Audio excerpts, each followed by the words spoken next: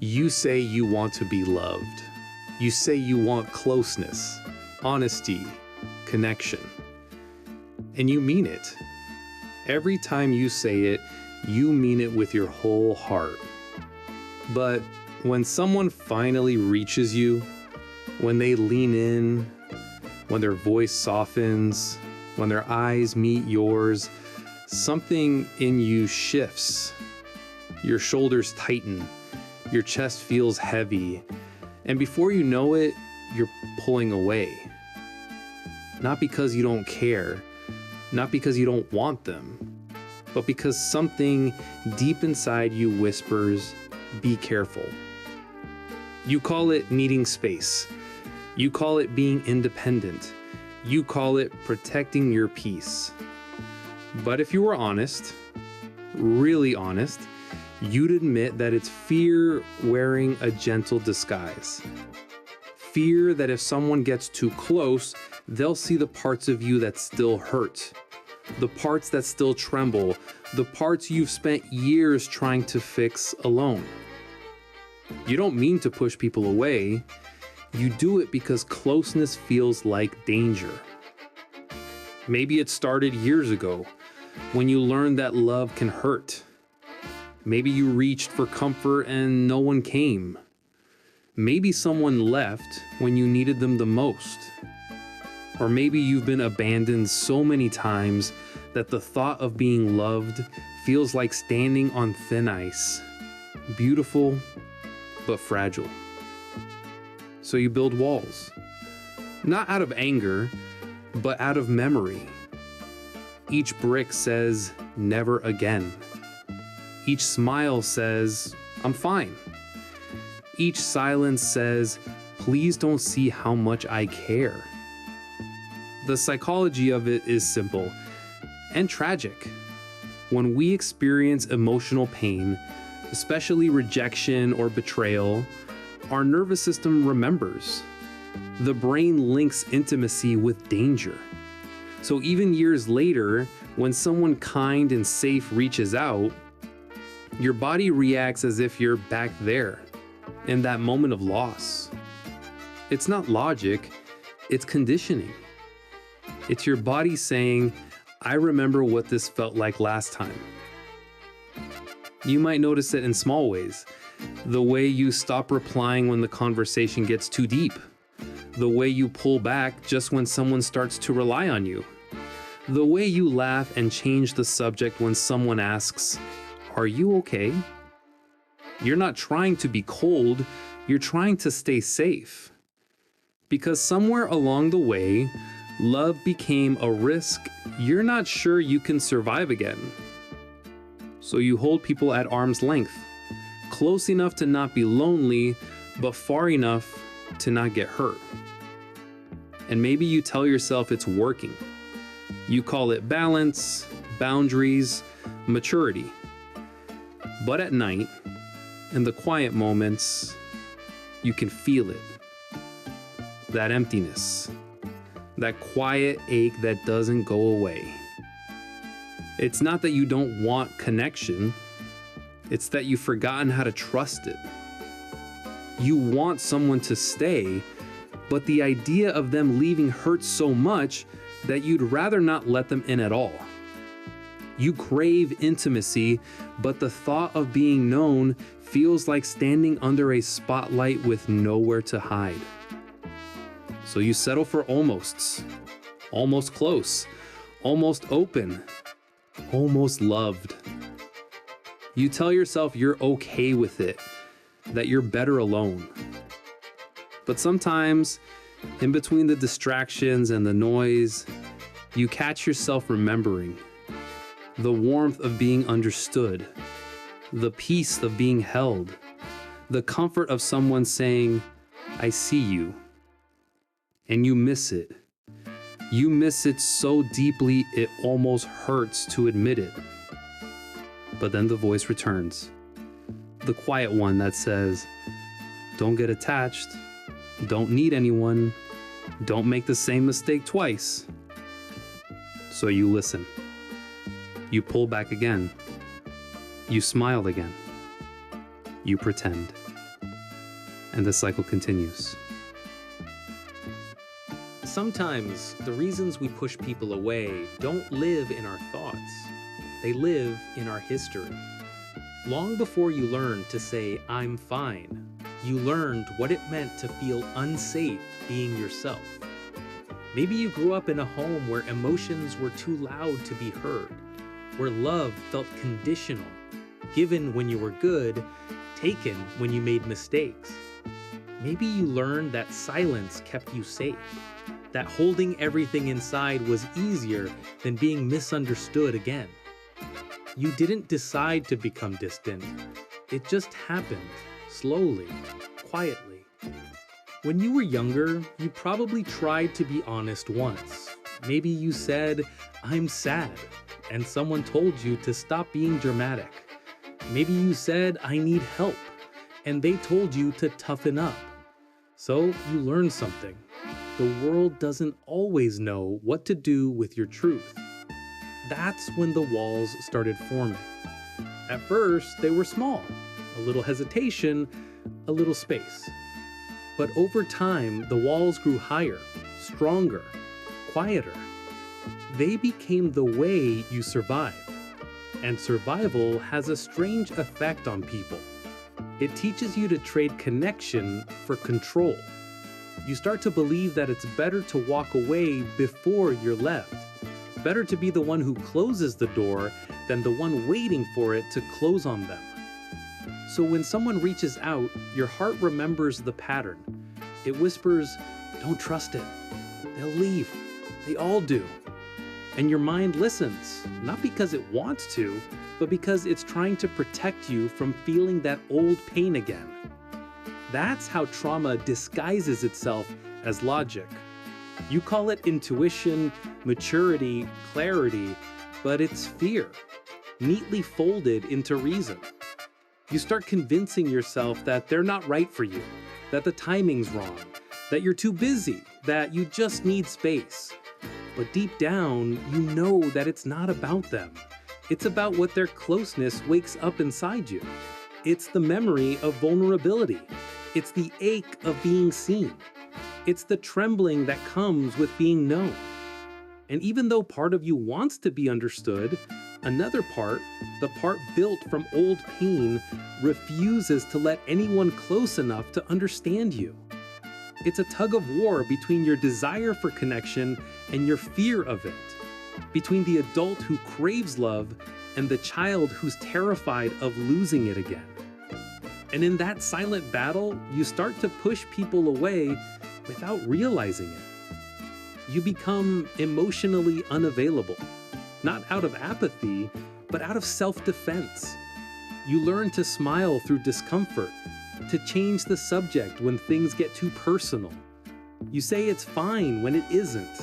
You say "I don't care" when you care too much.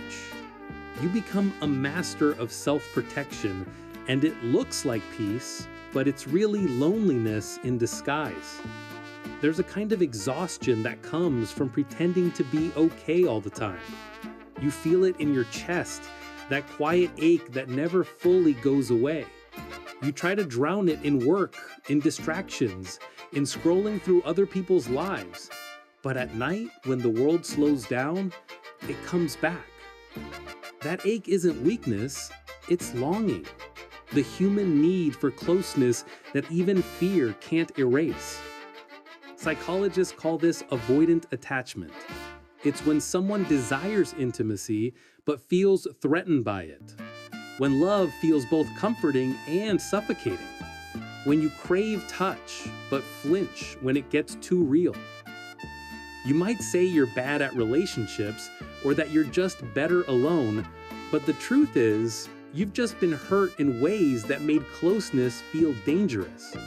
You're not incapable of love, you've just mistaken safety for solitude. And if you look closely, you'll see the pattern everywhere.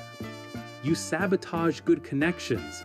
You chase emotionally unavailable people because it feels familiar. Because deep down, you're used to fighting for love instead of receiving it freely. You overthink simple things. A delayed reply, a change in tone, a little distance, Your mind fills in the silence with stories that hurt you before anyone else can. You want stability, but chaos feels like home. You say you want someone calm, but find comfort in those who make you uncertain, because uncertainty feels like what you grew up with. It's strange how we recreate the very pain we're trying to escape. But that's how the psyche works. It repeats what it doesn't repair. So you keep meeting new people, but end up in old patterns. Different faces, same wounds. And every time you start to open up, something inside you pulls you back again. You tell yourself, maybe I'm not ready. But what if it's not about readiness? What if it's about trust? Not in others, but in yourself. Trust that you can survive being seen. Trust that if someone leaves, you'll still be whole. Trust that love doesn't always have to hurt. That's the hardest part of healing. Teaching your body that the present isn't the past. You're not the person you were when you first got hurt. You have boundaries now, wisdom, experience. You can recognize red flags and walk away before the damage happens. So why are you still hiding behind the same walls? Maybe because they feel familiar, because you've worn them for so long that they've become part of your identity, because you've mistaken solitude for strength, when it's really self-preservation wearing armor. But here's what you might not realize. The people who truly care about you, the ones who see your hesitation, your distance, your fear, they're not scared of it. They just wish you'd let them in. They're not trying to fix you. They just want to know you, the real you, the one underneath the quiet defenses. And maybe if you let them stay long enough, they'll show you something your past never did. That love can be consistent, that closeness can be safe, that someone can hold your hand without letting it go halfway through the story. It doesn't happen overnight. Healing never does, but it starts small, with awareness. When you catch yourself withdrawing, ask, what am I afraid will happen if I stay? When you feel the urge to shut down, whisper, this is just fear, not truth. When you want to push someone away, remember, you can choose differently this time. You can breathe through the discomfort. You can stay present. You can remind yourself that you're safe now, that you're not that child anymore. And slowly, you'll notice something. The world doesn't fall apart when you open up. People don't always leave when you let them in. Vulnerability doesn't destroy you, it frees you. Healing doesn't announce itself. It doesn't come with fireworks or music swelling in the background. It begins quietly, in those small, ordinary moments when you do something different from what your fear expects. It's when someone reaches for you, and for once, you don't step back. It's when you say, I'm tired, and allow the silence that follows to hold you instead of scare you. It's when you realize that staying present in tenderness feels less like danger and more like peace. That's what healing looks like. Not perfection, but permission. Permission to be unfinished. Permission to still tremble and still try. For so long, you thought protection meant distance. You built walls high enough that no one could climb them, and yet you still looked over the top, hoping someone would try. But the people who love you aren't supposed to rescue you from your fortress. They're meant to meet you at its gate, waiting until you're ready to unlock it from the inside. And maybe today, you can start to loosen the lock. You don't have to swing the door wide open. You don't have to pour your heart out to anyone who asks.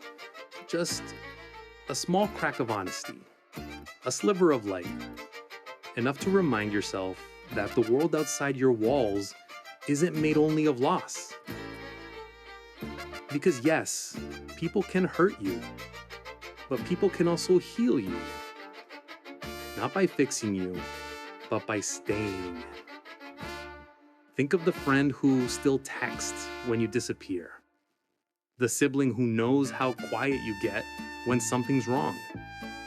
The stranger who smiled at you on a day you'd forgotten how to smile back. Tiny moments, ordinary gestures, proof that love still exists in gentle forms. Let them in, even if only a little. Let the good ones teach your nervous system that closeness and safety can coexist. Every calm conversation, every steady presence rewires the part of you that once thought love was chaos. You're relearning what home feels like. And home isn't a person or a place. It's the feeling that you can exhale without consequence. It's knowing that if you speak, you'll be heard. That if you fall quiet, you won't be forgotten. It's trust, not in others first, but in yourself. Trust that you'll handle it if someone leaves. Trust that your worth doesn't vanish with their absence. Trust that love is not a transaction you have to earn by shrinking. That's the psychology of healing. Self-trust before intimacy. Because when you trust yourself, you no longer need walls. You become your own safety. So, when love comes again, and it will, you won't need to push it away. You'll recognize that your fear is just an echo, not a prophecy. You'll hear it. Thank it for trying to protect you, and then choose differently. You'll stay. Staying is brave work. It's looking at the person in front of you and the person inside you and saying, I'm not running this time. Some days you'll still feel the urge to withdraw. You'll feel that familiar tightness, that whisper that says, don't get too close. On those days, breathe slower. Remind yourself, this is the body remembering, not the truth unfolding. Let the moment pass like a wave and remain standing when it does. That's how courage looks in real life. Quiet, invisible, consistent. One day you'll notice how natural it feels to answer honestly when someone asks how you are. You'll notice that you no longer rehearse goodbyes before relationships even begin. You'll notice that your laughter sounds lighter because it's not echoing off walls anymore.